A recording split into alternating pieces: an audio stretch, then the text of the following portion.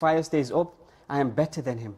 And I am better than him, so why should I prostrate to him? And this wasn't a prostration of worship. This was a prostration where Allah wanted to see whether they are acting upon the command of Allah. The angels acted upon this, but Shaytaan, Iblis, he didn't. And because of it, he flows through the human being like the flowing of blood. The Prophet ﷺ mentions in another hadith that Shaytaan, he is perched, he is situated at the heart of the son of Adam. So he is on our heart literally, and he's waiting to pounce. If we are unmindful and we forget Allah, then Shaytaan, he starts whispering thoughts. He pounces basically, he starts whispering thoughts. Remember Allah, then Shaytaan, he withdraws himself. So this is what happens when we're not in environments of remembrance of Allah, when we're not in environments of good, we're remembering ourselves of the hereafter, then Shaytaan easily pounces. He starts whispering thoughts. And this is when a person, he starts acting up. Sometimes we see our children, they start acting up, and this is one of the causes where Shaytaan, he pounces. We see ourselves, and that is why it's important that we learn to control, to have this quality of self-control. And this is why we say, أعوذ بالله من الشيطان الرجيم as well. We ask Allah to protect us from Shaytaan, the accursed. So, satanic whispers, this is one of the root causes of evil. He starts whispering things and he makes us do evil things. And we see even in our salah, we're supposed to be focusing on Allah, we're supposed to be focusing on and the proofs that are out there to prove that Islam is the true religion. And a big problem that many of us are facing, many of our youth and we are facing in our society is, sadly, and not even just youth, even elders, they are turning to atheism. They're turning away from remembering Allah and believing in Allah. This is a trap of Shaytaan, and we have to be wary. And this is why it is important that we train ourselves properly in the Islamic sciences. We stay connected with Allah. We stay connected with the life of the Prophet Muhammad ﷺ. We keep our youth in good environments, in the environments of the masajid, in Islamic circles, in the gatherings of dhikr. And this is why it's important that we send them to madrasas as well. The after-school Islamic supplementary schools, this is very important. From a young age, we have to make sure that our youth are trained properly in Islam, so they are aware and they don't fall trapped to atheism. So this is one of his biggest traps. Then if he sees that these individuals, these people are not disbelieving in Allah, then a second trap of his is that he will make you disbelieve in the oneness of Allah. He will make you disbelieve in the oneness of Allah. And examples include worshipping other than Allah. So for example, he may make you worship graves. He may make you worship so-called saints, for example, and start prostrating to them, etc. This is totally against Islam. He will, in this day and age, get you involved in things such as astrology and horoscopes and these type of things. This is all totally against Islam. Going to these astrologers or involving ourselves in horoscopes and if we were born in this month and this will happen to us, or if you send this text, some people send text to individuals and they'll say, send this text to another 3 individuals and you'll get prosperity in your life. If you don't, then you're going to face sadness, you're going to face a calamity. This is all nonsense. This is all traps of Shaytaan. These are all satanic whispers. We don't fall into all this and we have to be very careful. And then another trap of his is that he makes us get involved in innovations in deen. He makes us think that deen is not perfect, na'udhu billah. And he makes us involved in impermissible acts of innovation. And we have to be very careful because Allah mentions in the Quran, الْيَوْمَ أَكْمَلْتُ لَكُمْ دِينَكُمْ, that I have perfected your religion. Deen is perfect. There's no need to add things. There's no need to delete things. Deen is perfect as it is. So we have to be very careful when he gets us involved in these type of things. Because the problem is, when we get involved in impermissible innovations, then we start thinking that this is part of deen. So it's so hard to even let go of these things as well. So this is another trap of Shaytaan. Another trap of Shaytaan is, he makes us neglect obligatory deeds. So these obligatory deeds that we have to carry out on a daily basis, for example, the 5 daily salah, he'll make us forget this. Because when we forget this, then he knows that this attracts the anger of Allah. So we at all costs should never go away from the obligatory acts of religion, such as the 5 daily salah, etc. And we have to be aware that Shaytaan, when he traps us, he'll do everything gradually. His deceiving tactics are gradual. He'll try to deceive in a very gradual way. So if we look at, for example, idol worshipping, it didn't just start off straight away. What happened? There was a generation and their pious elders, they were passing away, their parents and their pious personalities. When they were passing away, Shaytaan whispered into them thoughts such as, these individuals have passed away, these pious personalities have passed away, you know what, we need to remember them. So you know what you should do? You should start making pictures, or you should start erecting sculptures. And then these individuals started erecting sculptures, not to worship them, just to remember their pious people that passed away. Then they passed away. A generation later, when the next generation came, then Shaytaan started whispering thoughts. You know, your pious predecessors, your elders, they used to worship these idols and these sculptures. And they used to worship them to get close to Allah.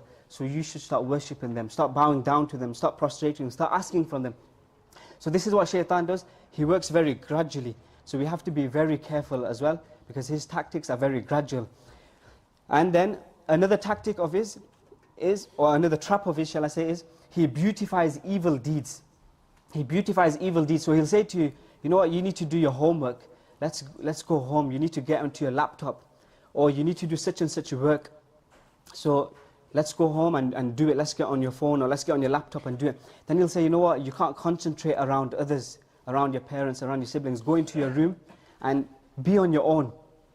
And then you'll be on your own, and then he'll start whispering thoughts, and then he'll start making you watch evil things, for example. And we see pornography is a great vice in our society.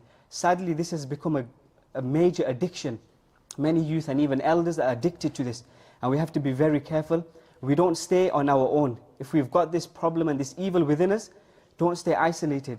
If you have to do work on your laptop, then stay around your family members, stay around your parents. If you're married, stay around your wife, stay around someone.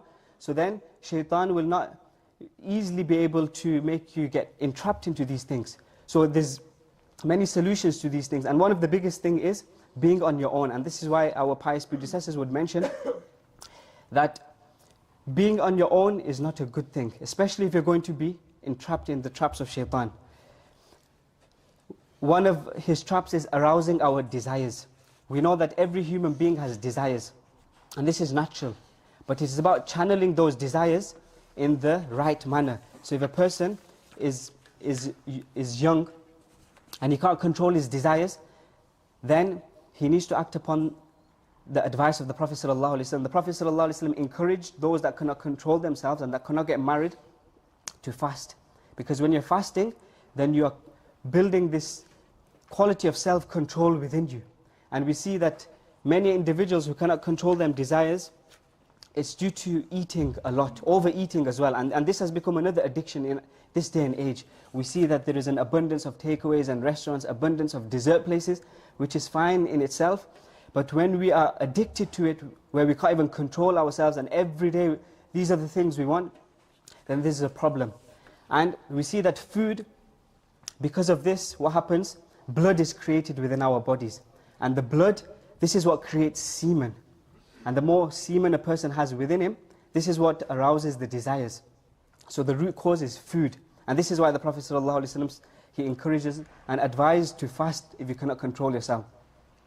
So we have to channel our desires in the right manner. And this is, for example, getting married, etc. And one of his biggest traps, if he is unsuccessful in all these traps that we mentioned, is making us waste our time. Shaytaan, he makes us waste our time. Time is the most prized asset for a human, because without time he cannot do anything. And for a believer, it is one of the biggest assets. So we have to make sure that we use our time wisely, we fulfill our priorities, and we understand our higher goal in life, and that is to always keep Allah happy, and we have to keep ourselves accountable. Self-accountability is key in everything that we do. Now, how do we defeat Shaytaan? We mentioned the traps. Now, how do we defeat him? So one of the things is, and one of the biggest things Allah mentions in the Quran, that we seek help from Allah. That we seek help from Allah at all times. We make dua, and we constantly seek help from Allah, that Allah, please protect me from my nafs and protect me from the traps of Shaytaan. If we fall into the traps of Shaytaan and we start sinning, then we have to immediately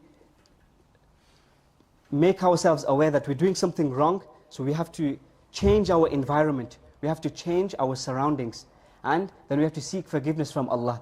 We always have to be in a constant state of seeking forgiveness from Allah. And we avoid sinful acts at all costs. We avoid sinful acts.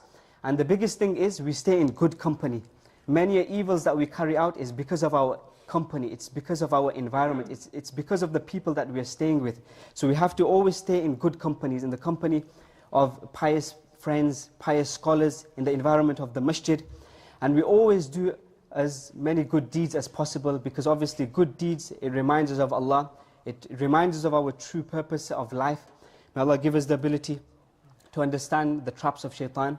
May Allah protect us from the traps of Shaytaan. And just as a summary, we mentioned the traps of atheism, making us forget Allah and disbelieving in Allah, the trap of disbelieving in the oneness of Allah, the trap of getting involved in innovations, neglecting obligatory deeds.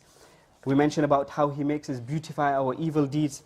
He arouses our desires and He makes us waste our time. Allah protect us. Ameen. أقول قولي هذا وأستغفر الله لي ولكم أجمعين.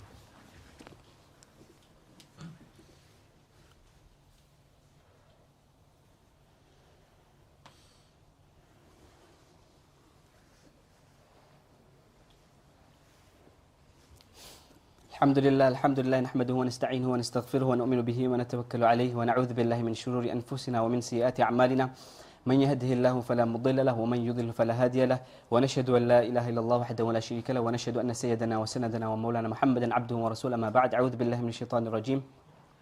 إن الله وملائكته يصلون على النبي يا أيها الذين آمنوا صلوا عليه وسلموا تسليما. اللهم صل على محمد بعدد من قعد وقام، وصل على محمد بعدد من صلى وصام، وصل على جميع الملائكة والمقربين والأنبياء والمرسلين والخلفاء الراشدين، خصوصا على خير البشر بعد الأنبياء بالتحقيق أمير المؤمنين أبي بكر الصديق رضي الله تعالى عنه، وعلى مزين المنبر والمحراب أمير المؤمنين عمر بن الخطاب رضي الله تعالى عنه، وعلى كامل الحياء والإيمان أمير المؤمنين عثمان بن عفان رضي الله تعالى عنه، وعلى مظهر العجائب والغرائب أمير المؤمنين علي بن أبي طالب كرم الله وجهه، وعلى سائر المهاجرين والأنصار وتابعين الأخيار إلى يوم القرار. اللهم انصر الإسلام والمسلمين، اللهم انصر المسلمين في كل مكان، اللهم اهدنا الصراط المستقيم صراط الذين أنعمت عليهم من النبيين والصديقين والشهداء والصالحين. عباد الله رحمكم الله، إن الله يأمر بالعدل والإحسان وإيتاء ذي القربى وينهى عن الفحشاء والمنكر والبغي يعظكم لعلكم تذكرون. وأقيموا الصلاة.